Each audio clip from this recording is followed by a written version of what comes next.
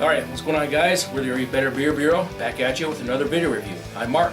I'm Brian. And I'm Maury. All right, today we got one of the 2017 Abyss variants. This is the Tequila Abyss. Weighs in at 11.8% alcohol. Looks like it was bottled on, September 14th. Wow. So they kept it in the bottle for a few months before actually, because they released it at the pub on December 1st. And then into markets after that. So Imperial Stout brewed with blackstrap molasses, licorice, cherry bark, whole vanilla beans, 100% aged in tequila barrels for 10 months. Nice. You know, and I think the 10 months with tequila ought to be enough because that's kind of a powerful. It isn't right. Right, exactly. So we're going to get into it. We'll let you know what we think about it. Oh yeah, there's the tequila. Definitely tequila. Wow. And then there's the roastiness of Abyss. I was going to say, the tequila kind of muted the big roasty and kind of bitter flavors really did that you get at from first. a normal Abyss. But yeah, there's that They're in that there, licorice. Well, actually, I'm getting more blackstrap molasses. Yes. Almost has a and cola licorice. a cola sense on the aroma too.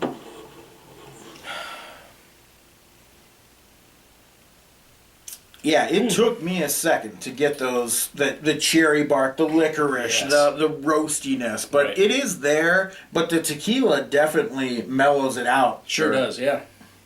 Yeah, but it doesn't seem like it's overpowering the other aromas. No. You know, so kind of be curious to see what it does to the flavor. Cheers.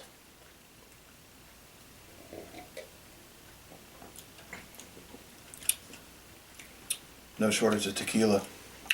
No, but there's a nice chocolatey cocoa flavor in there right with it. It's almost like a dry cocoa flavor. Yeah, on the finish, it's kind of a dry cocoa. Yeah. Like a powdery. Not quick, but like a baker's chocolate, like finely ground. Yes.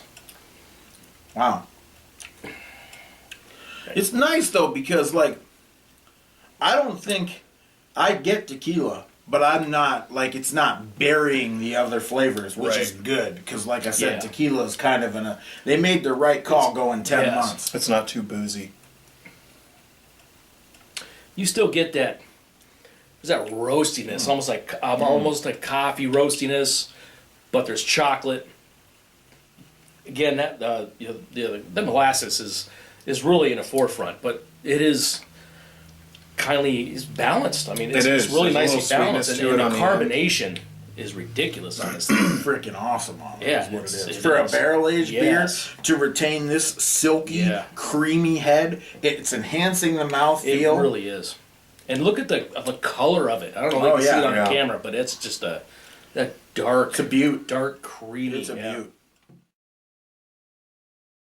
Another very nice variant of the Abyss. They seem to always really do these very well, and this is no exception. This is very well done. I'm probably going to go about a 4.5. It's just so well done. The barrel character is in there. I would go a little bit higher. It is a touch on the thinner side.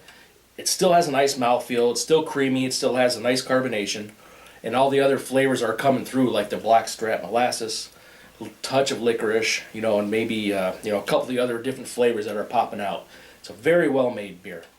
That being said, though, I'm going to give it a solid 4.5. I'm going to agree with Pyle and give it a 4.5. I like the mouthfeel on it myself personally. I like the amount of tequila and almost like we said, that coffee kind of bitterness to